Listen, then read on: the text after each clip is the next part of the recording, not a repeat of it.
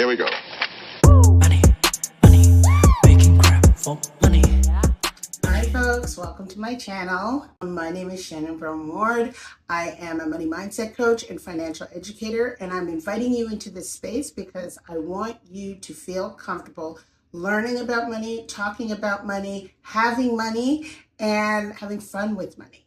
A lot of the times when we talk about money, it's about you don't have enough, you're in too much debt, you're uncomfortable talking about it, it's overwhelming, you want to learn something about it, but nobody around you knows much about it, and those that have money or you perceive that they have money aren't sharing the information about having money.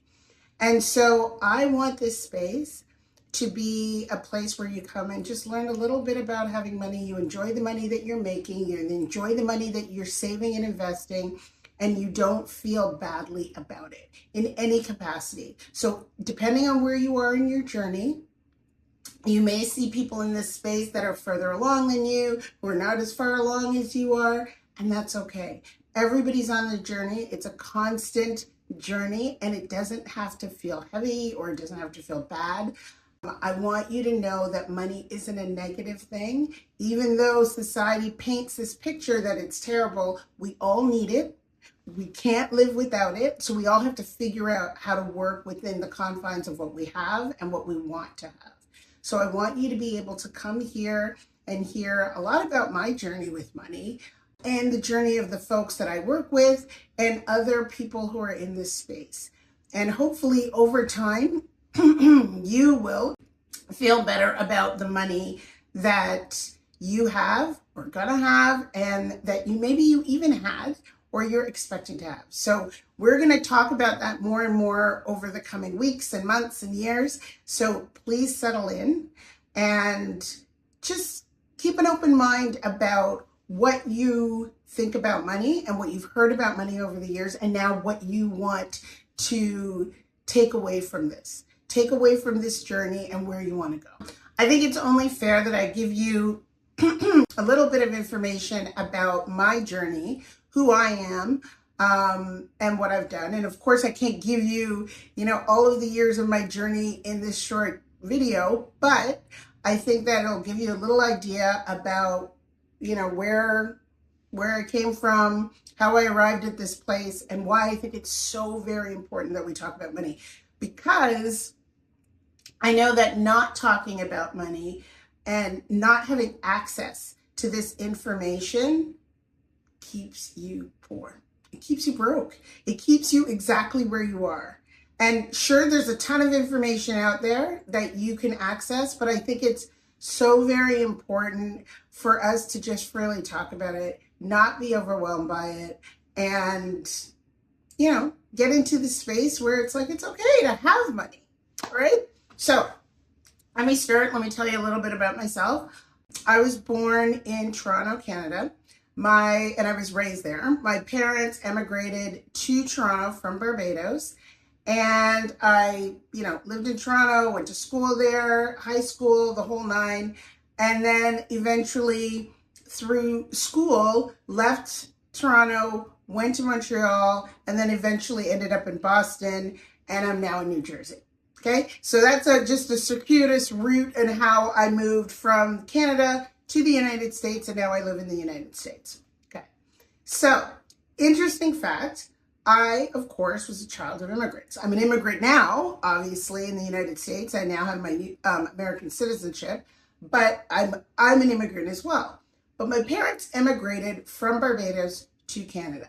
And I have to say that our immigration stories are obviously very different. I mean, immigrating from Canada to the US is not quite the same thing as immigrating from a small island to a first world nation, right? Yes, they knew the language. Yes, that island was part of the British Commonwealth. So the school system, although a little bit different, wasn't completely divergent. And so they had that opportunity to emigrate to Canada. But as immigrants, they emigrated because they were looking for a better life. They were looking for, to leave an impoverished life and create a life for themselves that would allow them to, have what they didn't have growing up.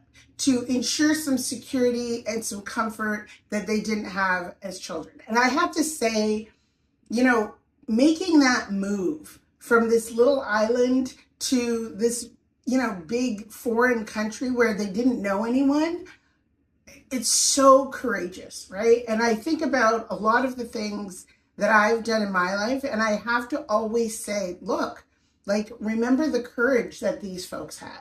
Remember what it must have taken for them to go to this, like, totally different climate, totally different culture, totally different people. Like, everything was completely different, right? Only thing was similar, at least in the part that they immigrated to, was the language. But everything else was different. And the amount of courage and drive that you must have to, like, leave your place of origin, everything that you know, and decide to go somewhere else, I just think, you know, I respect that so very much. So it wasn't a leap for me, obviously, and coming from a completely different starting point to leave Canada and go to the US, right? Like, it was like a no-brainer. Like, what was the problem? The cultures were relatively similar. Obviously, the language was similar, was the same. You know what I mean? And I wasn't leaving Canada because I was trying to escape poverty, right? I wasn't leaving Canada for this completely different, much better life. I was curious. And so I wanted to try something out. I always wanted to see what it would be like to live in the United States. And of course, I had the opportunity to go through education. So it was very, very different immigrant status, very different immigrant journey, I should say, but still very interesting nonetheless. So my parents immigrated, and a lot of the cultural, I guess, beliefs that they held that was ingrained in them is that you needed to own property. Now, understand, this wasn't unique to the Caribbean or that island. I mean, that was pretty much the premise here in North America too. Like, you buy a home. That's what you do, right? You work, you buy a home, you have a family, blah, blah, blah, blah, blah. And you, at that point, make sure that your children go on to university, right? So they followed that path. Like, to a T, actually. They bought their first home, and then later they sold that home and scaled up to a larger home, which they eventually paid off, right? Now, understand that when you are the child of immigrants, or even the child, I believe, of people who are impoverished, their belief is that they are never going to become impoverished again. Like, there is absolutely nothing that can make them go back to that situation ever again. And so every decision that they make, at least in the case of my parents, kind of came from that impoverished place, like that position of scarcity, right? Where they felt that we needed to do the things that we're doing so that we never become poor again. Now, that's a very different approach than I'm going to make decisions to ensure that I have financial security.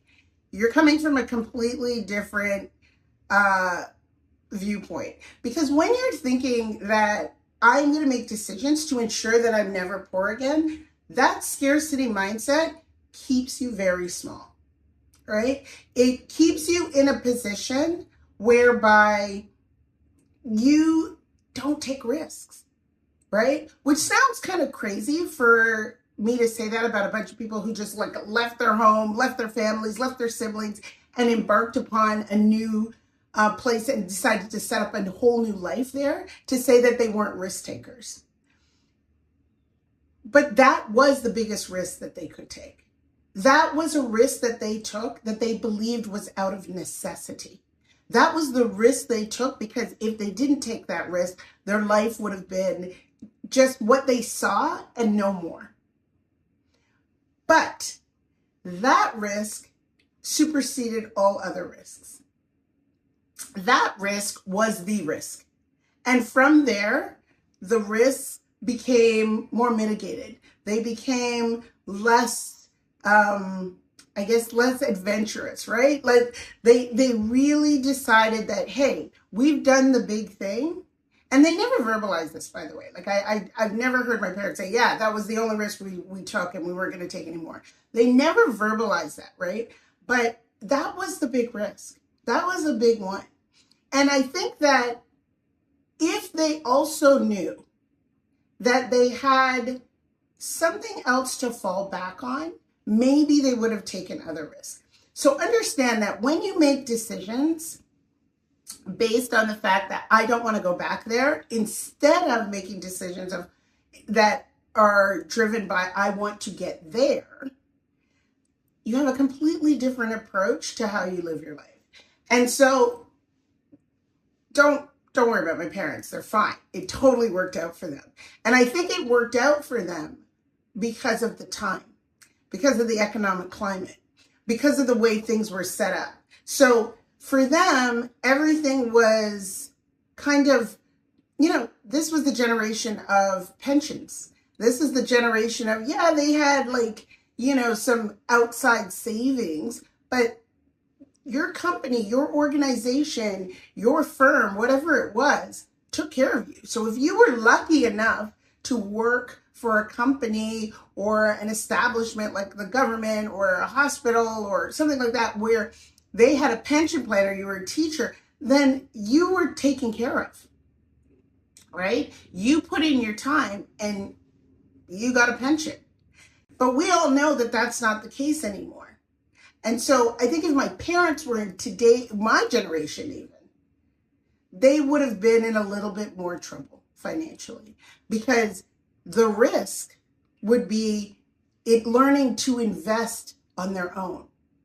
And I think that when we don't have an opportunity to talk about these things and to be aware, of how things are changing and how we have to get creative and do different things, then a lot of people get left by the wayside. And I don't want that to happen to anyone, because I know that there are a lot of folks out there who may be first gen going to college, who may be first gen millionaires, who may be the first person in their family to really have a solid career and a well-paying job. And I don't want to see these first gen folks working their butts off only to continue down a path where, hey, why am I not further ahead, considering the fact that I did all the right things, right? And I think it's because a lot of the times that we don't realize that there are shifts in the way the right things need to be done.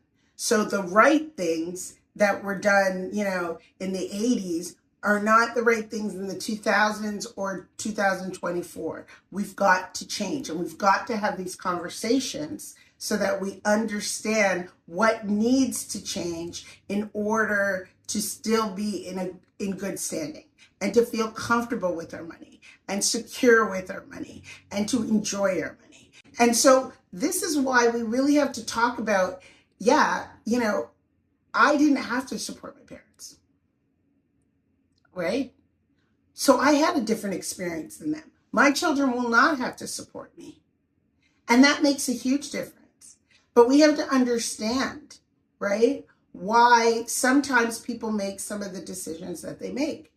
So yeah, my parents didn't get to enjoy their money for a while because they were supporting other folks who were back home, but also because sometimes spending money when you didn't have money and you're afraid of going back is the absolute last thing you're going to do.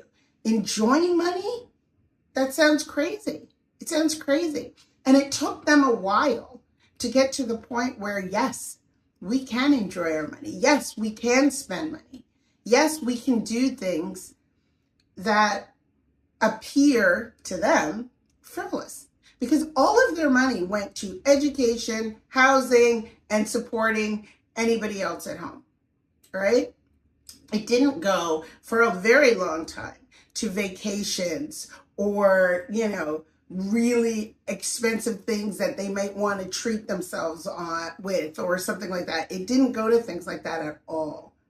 And I do recall them, growing up with them that, yeah, there was money for, housing. They were paying off their house. There was money for education, but anything else, no. And I want to talk about that impact that had on me, because when you see people who are so tight with money when it comes to anything that's fun, well, what you teach your kids is they're going to go the opposite way, right? Like once I was able to get access to my own money, to make my own money, well, I went crazy. I had a blast with it. Like I swung the pendulum to the other side. I had a great time with it, which landed me in not so great times. And we can get into that later. But yeah, I had a really great time with it. And that's because I was, it was withheld. It was only for these things. And so I really developed a different way over time of looking at money, because I was like, I get it. Like, money's meant to be spent. I really believe that. You should enjoy it. I think you should save it for short-time things. I think you should invest it. And I think you should share it and donate it. I really, really do. And I think that, yeah, throughout your life, the ratios may change where you put your money over time. But I think it needs to be in all of those buckets. You got to spend it. You got to save it. You got to invest it. You got to donate it. You've got to put it in all of those buckets. And what I grew up with, it was heavily weighted, right, towards saving it and donating it. So they would give money to the church, always, always, always, always, no questions asked. They would obviously share it with, family members who were in need. And then they would save it. They were saving for a rainy day. They had to save for a rainy day because they had nothing to fall back on. And so the spending part and the investing part, not so much. Not so much. Now, in later years, when I learned, I helped my parents with the investing part, right? But again, they would have been fine even if they hadn't invested anything, because the times were different. And so I am very, very adamant about folks investing, because you can't save your way to wealth. You can't do that anymore, right? Like, you could have saved yourself to a very, very comfortable space back then. But now, no, you can't save your way to wealth. You have to invest. So I really encouraged them and taught them about investing and how to go about doing that. And this is what I do, right? I teach folks that this is the way to do it. But I never want people to feel deprived, because I know what that deprivation felt like. I was on the receiving end of that with my parents. And yeah, I didn't want for anything, but I knew that money, when it came to fun and enjoyment, that was not the sentiment in the house, right? No matter what, it was always like, it felt like there was a vice grip on it, right? And there was never anything allocated for enjoyment. So, I went really off course with you guys, didn't I? Listen, I know that there's a lot of the stuff that I talk about with money. Yes, we can go and we can crank numbers, and we can talk about the 4% rule and the rule of 72, and we can talk about how long it'll take for your money to grow and what to invest in and this and that. But I really believe that your upbringing, your money psychology has so much more to do with your potential for wealth than almost anything, really.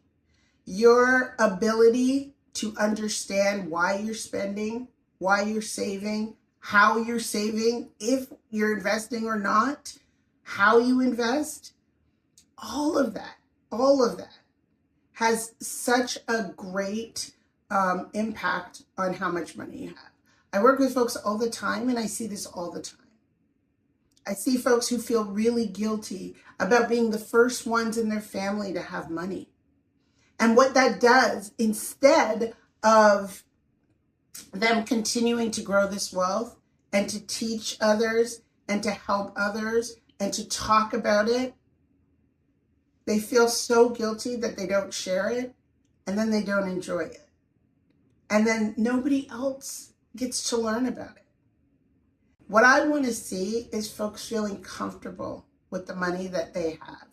I want them to understand that money isn't going to provide them with all of the security that they may be looking for, but it will provide you with some things that will make your life better. And there's no question about it.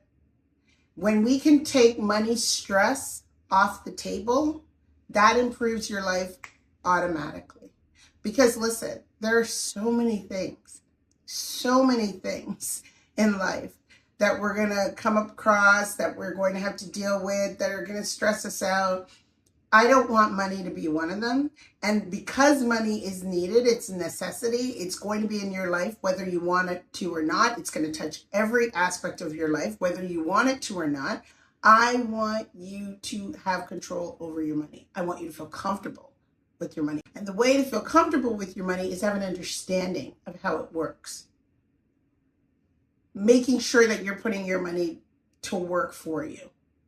That is one of the surefire ways to ensure that you're going to feel good about money. And I want this to be a space where we can talk about it. A space where we can talk about spending money. A space where we can talk about investing money. A space where we can talk about donating money and saving money. I want it to be open. I want it to be comfortable. The people in this space have money. Okay? If you're here, you have money. All right? If you're here, you've earned money. If you're here, maybe you got an inheritance. If you're here, maybe you've invested over the years and that's how you got your money. Maybe you got it in a settlement. I don't know. But you have money and that's why you're here. But I want you to feel good about it. Because you know what? A lot of folks grew up, middle class and don't know squat about money. And now here they are in adulthood going, oh shoot, what, I've been working for all these years. I've been making a good salary, and yet still I'm not making any real progress. Yet still I don't feel comfortable with my money. Yet still I don't know if I'm going to be okay now or 20 or 30 years from now. And I think that that's what we have to talk about. We have to be open about it. We have to be really clear about it. And I want more people who are working their butts off and have been working their butts off to feel comfortable with money. So this is the space where you can ask the questions. This is the space where I'll share, my journey and all the crazy things that I've done and haven't done, and the mistakes that I made and the things that worked out. I'm fine with that. I'm fine with that. But I want you to know that you're going to be okay. So it doesn't matter what your profession is. It doesn't matter how old you are. It doesn't matter where you grew up. Listen, this is a space where we're going to talk about it. So I want you to bring your questions. I want you to like. I want you to share. I want you to subscribe. I want you to comment. We're going to be here. We're going to be here together. And I don't want you to feel, squeamish about it or embarrassed about it. Any questions that you may have, because like I said, we're all on this journey. We're all on this journey. And I got to say, for a lot of the women that I work with, a lot of them want to have a lot of money. And I don't think there's anything wrong with that. I want this place to be safe. I want us to talk about the things that we're going to do, we want to do in every capacity with money. I want you to have money.